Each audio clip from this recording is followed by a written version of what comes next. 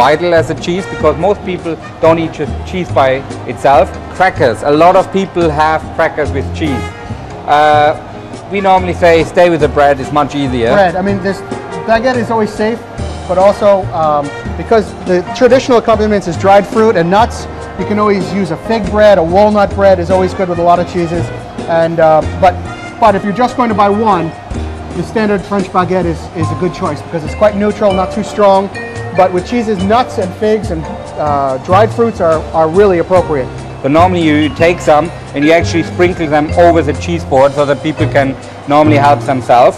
You also would have, you know, dried fruits, apricots, you could have some dates, you can have some figs, you can have the golden ones, the black ones, they go fantastic because actually the sweetness and the sharpness of the cheese goes very well together. A lot of it is that because salt and sweet is a classic combination, and so the sweetness from the dried fruits is appropriate for some of the saltiness in some of the cheeses, and the nuttiness is a very strong quality in some of the cheeses, particularly this one and this one. There's a nutty quality which is also very pleasant with the nuts. Also, the critical thing is not to take the cheese out of the refrigerator just as you're ready to serve it. You don't want cheese to be waxy and hard. You can see here the reblochon is starting to soften and melt, and that's exactly the way you want to serve it because it'll have more flavor and it'll be creamier in the mouth. If you literally took this out of the refrigerator, served it, it'll be cold, feel like eating paste. This is not correct. The other thing to do is, as you're going to serve, if you buy a piece of cheese that's not quite strong or ripe yet, and you're serving dinner at 8 o'clock and cheese will be at 10 o'clock, you can leave it out at 4 o'clock in the afternoon. Cover it with a towel or just a light piece of film and let it warm up. It'll start to mature as it sits there. Now, that means you can't refrigerate it and save it that night. You have to finish it, but the cheese will be at its best that night. The other thing is, how do you know when it's gone bad? Because cheese has this distinct smell. There's some very strong odors. The one way to tell that a cheese has gone over the edge is the smell of ammonia. If you ever smell ammonia, then you know, oh, that's it, it's done. But on a hard cheese like this, if you see a little bit of mold, because it's a hard cheese, you can trim it off and keep eating. On a soft cheese, it's done. So if you were to pick this up and smell ammonia, it's over. On a piece like this, if you saw a little bit of mold, just cut it off and keep eating. If you're not sure when you buy, go to the counter and ask them to let you try. They will always cut you a little piece and you can try it at home or straight at the counter and, you know, build your confidence. Rather start too mild than too strong. Because here in Asia, I always found a lot of people go to the counter and say, give me the most expensive cheese you have. And they mostly end up with Roquefort because it's sheep's milk, it's air flown, imported, expensive, but it is the strongest cheese we have. And most people never come back.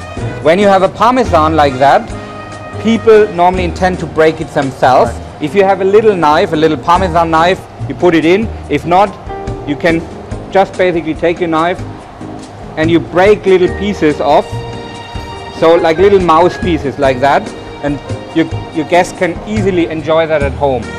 Just add a little bit of a knife into it and it's perfect. But there is a reason to do that. If you slice Parmesan, you won't get the full flavor. By breaking it along its natural lines, when you go to chew on it, the flavor will get into the mouth better and you'll actually get more flavor out of it than if you would if you sliced it because it'll just sit in the mouth. So, that's the cheese board.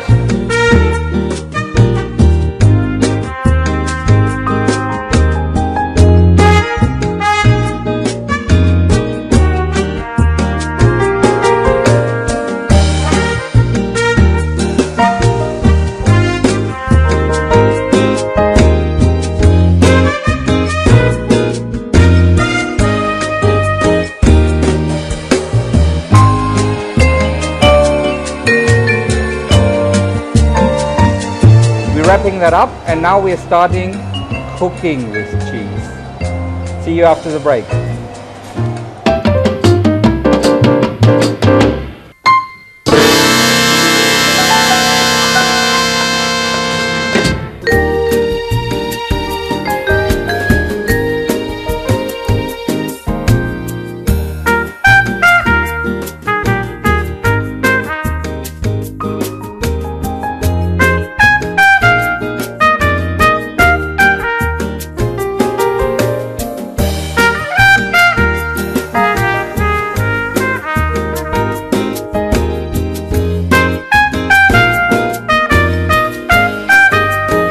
Welcome back after the break. As promised, we're starting now to cook with cheese. We're starting with a cheese salad, actually originated in Germany or Switzerland. They like it quite meaty. So, no, joke aside. Ross will actually do the ingredients and I will do the dressing. Very, very simple. All we need to do and need to add. We have some Lione sausage, what is basically a bologna. Or bologna. So, and we cut that in strips and we add it in our mixing bowl. You can use around 400 grams. This is a little bit less just to demonstrate that. Then we are adding 2 types of cheese, correct? So we're having some Emmental cheese and we have some farmer's cheese. Just cut it into little strips or little cubes, depending how you want the look later on. We like the strips, it's actually much better. Strips are good. Strips are good. Then you add the farmer's cheese and after that we are actually adding radish and cucumber or gherkin, depending what you have. All we did is we sliced them very, very thinly to get some color, red and green into here. What else we need is some red onion to go in here. So basically all your ingredients you can buy ready off the counter. You just cut it in strips. Hold on, that's from me. Thank you, Ross. That's for the dressing. So all to do is for the dressing is very simple. We need some white wine. In this case, we have some Pinot Blanc from the Alsace. We need some olive oil, some horseradish, some fruit vinegar or apple vinegar, some hot mustard, salt and pepper, and some spring onions or chives. Very, very simple. Not to confuse you, but Alsace is not part of Germany anymore. I'm sure. Thank you. We're not trying to go back to there. So all you need is a tablespoon of hot mustard. Oops, let's close that.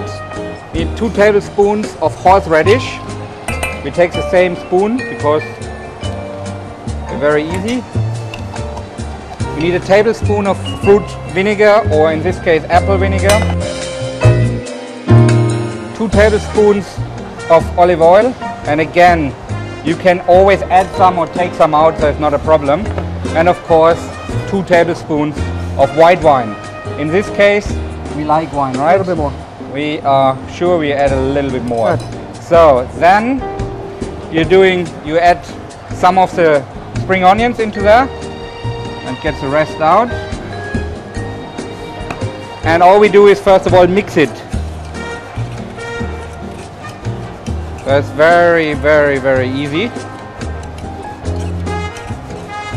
And then you use a little bit of salt and pepper to spice it. So all we do, we pour over and we let Ross mix it. That's actually the whole salad.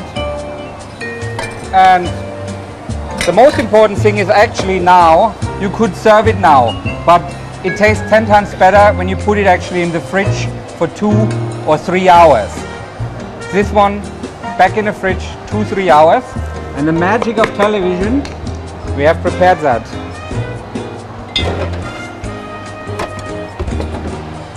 See, it's just a different bowl, but we did that 2-3 hours earlier. All we have to do is basically stir it again and plate it. For this particular salad, there's a lot of cheese and ham and some strong flavors. And this Alsace Pinot Gris is a little bit oily, very rich, a lot of fruit, perfect for it.